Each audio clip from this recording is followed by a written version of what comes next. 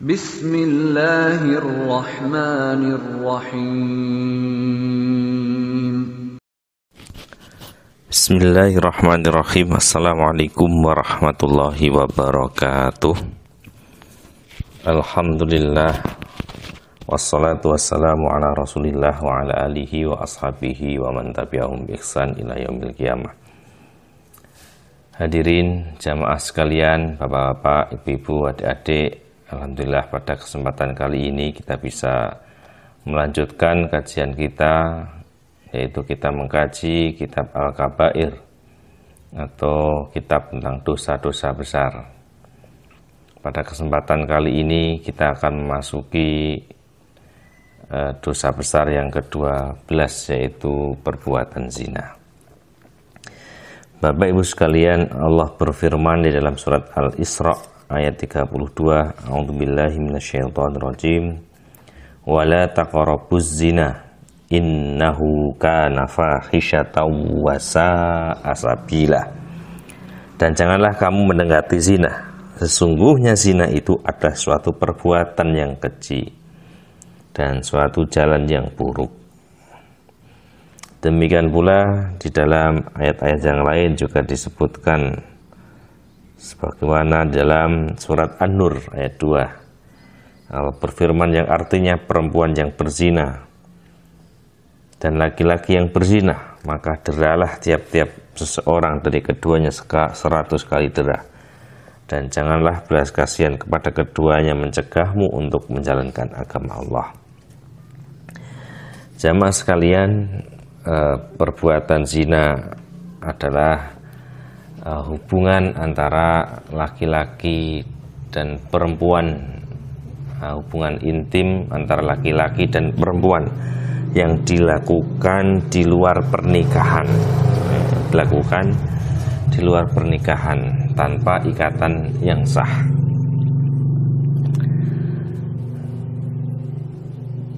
Hadirin sekalian, sebesar-besar zina ialah berzina dengan ibu kandung, saudara perempuan, ibu tiri, serta wanita-wanita mahram lainnya. Al-Hakim telah meriwayatkan sebuah hadis, siapa yang berzina dengan mahramnya, maka bunuhlah ia. Ini menunjukkan, Bapak Ibu sekalian, bahwa hukum zina dengan kerabat atau dengan mahram itu dosanya yang paling besar. Kemudian Bapak Ibu sekalian, hukum dan petunjuk Al-Quran ini mendorong kita umat Islam untuk berpegang teguh dengan akhlak dan budi pekerti yang mulia, serta mencela perbuatan yang tidak terpuji. Nah, ini yang perlu kita pahami. Jadi maksudnya adalah agar kita senantiasa berpegang teguh menjalankan akhlak dan budi pekerti yang mulia, dan jangan sampai terjerumus dalam perbuatan yang tidak terpuji.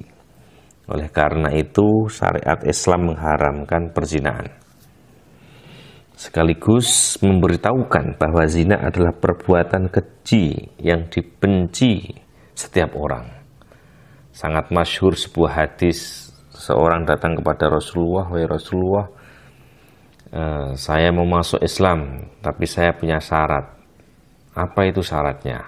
Orang tadi menjawab, biarkan aku berbuat zina. Maka mendengar perkataan itu, Rasulullah balik bertanya, apakah kamu suka jika ibumu berzina? Tidak. Apakah kamu suka jika saudarimu berzina? Tidak. Apakah kamu suka jika anakmu berzina? Tidak. Ternyata Bapak Ibu sekalian, secara fitrah orang yang suka berzina atau berzina itu sesungguhnya dia tidak suka jika hal itu terjadi pada ibunya, pada istrinya, atau pada adik perempuannya atau kakak perempuannya, atau juga terjadi pada anak perempuannya. Sehingga sejatinya perbuatan zina ini dibenci oleh setiap orang. Kemudian Bapak Ibu sekalian, Islam juga senantiasa memperingatkan umatnya agar tidak terjerumus dalam perbuatan zina. Dan hukumannya Bapak Ibu sekalian, hukuman dari perbuatan zina kita bisa melihat, ya kan? Kita bisa membaca dalam surah Al-Furqan ya, ayat 68 sampai 70. Nah, di situ jelaskan, dan orang-orang yang tidak menyembah Tuhan yang lain beserta Allah dan tidak membunuh jiwa yang diharamkan Allah kecuali dengan alasan yang benar dan tidak berzina. Barang siapa yang melakukan yang demikian itu, niscaya ia mendapat pembalasan dosanya, yakni akan dilipat gandakan azab untuknya pada hari kiamat, dan ia kekal dalam azab itu dalam keadaan terhina, kecuali orang-orang yang bertobat, beriman, dan mengerjakan amal soleh. Maka itu kejahatan mereka diganti Allah dengan kebajikan, dan Allah Maha Pengampun lagi Maha Penyayang. Jadi di akhirat ini ancamannya sangat besar sekali, yaitu diazab dengan dilipat gandakan azabnya itu. Tidak seperti biasanya, tetapi dilipat gandakan azab bagi orang yang berzina, kecuali kalau dia sudah bertaubat. Adapun di dunia Bapak Ibu sekalian, maka hukumannya adalah dijilid, didera atau dipukul 100 kali ya, dan diasingkan dari negerinya selama setahun bagi orang yang belum menikah. Sedangkan bagi yang sudah menikah maka dihukum rajam. Dihukum rajam itu adalah dilempari batu sampai mati ya, sehingga tentu saja perbuatan zina ini akan berujung pada kematian pelakunya ya, yaitu bagi yang sudah menikah. Karena apa Bapak Ibu sekalian? Karena itu adalah tindakan kejahatan besar.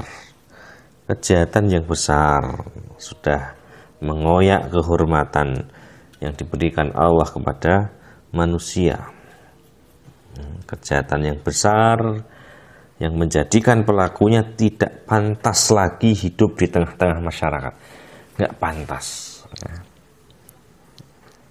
Ia merupakan virus yang harus segera dilenyapkan agar tidak semakin merusak tatanan masyarakat secara keseluruhan.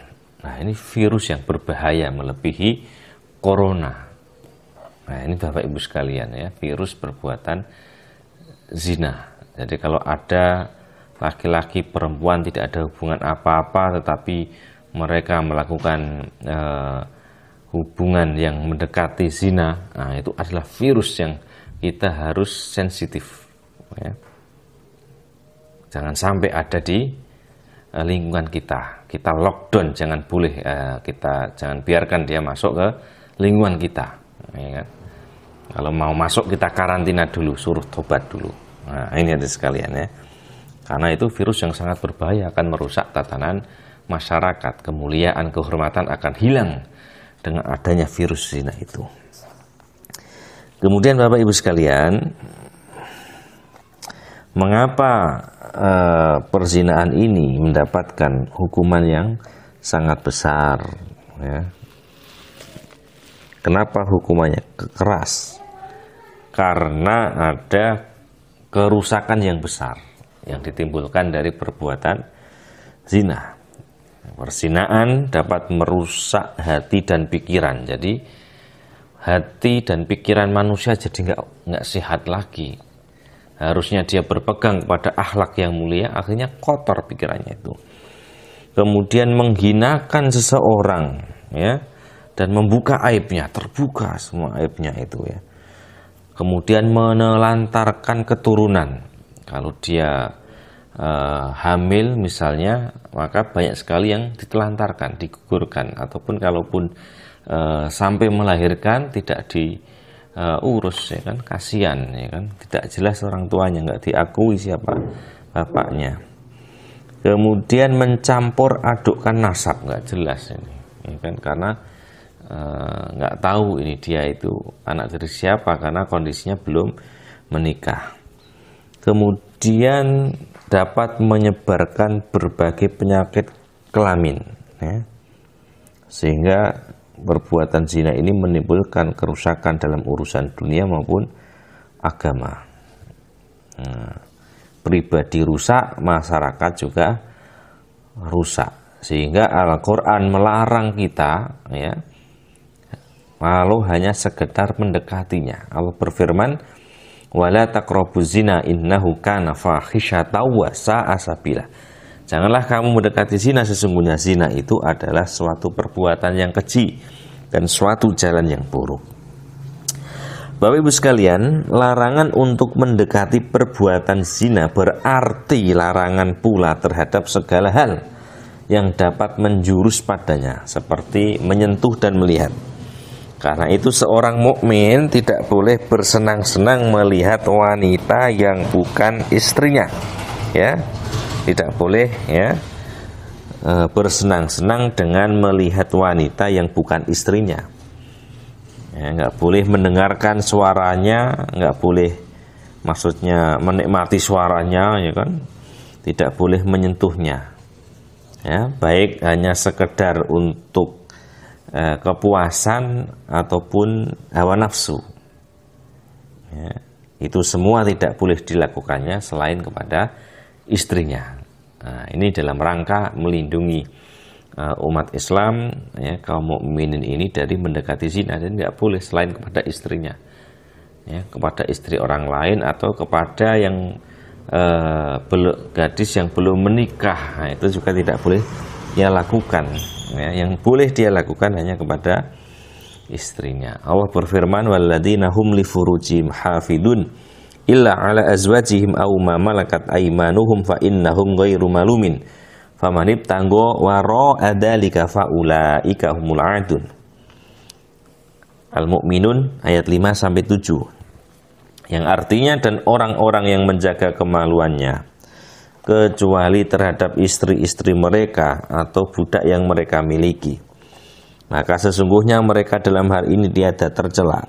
Barang siapa mencari yang dibalik itu, maka mereka itulah orang-orang yang melampaui batas. Nah, inilah Bapak Ibu sekalian. Oleh karena itu, Bapak Ibu sekalian, pelajaran yang bisa kita hilangkan, yang bisa kita ambil dari hal ini adalah mari kita berusaha untuk menjauhi perbuatan zina, ya, semaksimal mungkin, seoptimal mungkin, ya, seketat mungkin, pokoknya kita jauhi, ya, kita berusaha untuk menghilangkan, ya, bahaya zina ini, ya, karena bahaya tersebut dapat menghancurkan masyarakat, akan merusak akhlak dan budi pekerti, akan merusak kejelasan nasab, dan akan merubah masyarakat yang insani menjadi masyarakat yang hewani. Demikian aku qouli hadza, astaghfirullahi li wa lakum. Assalamualaikum warahmatullahi wabarakatuh.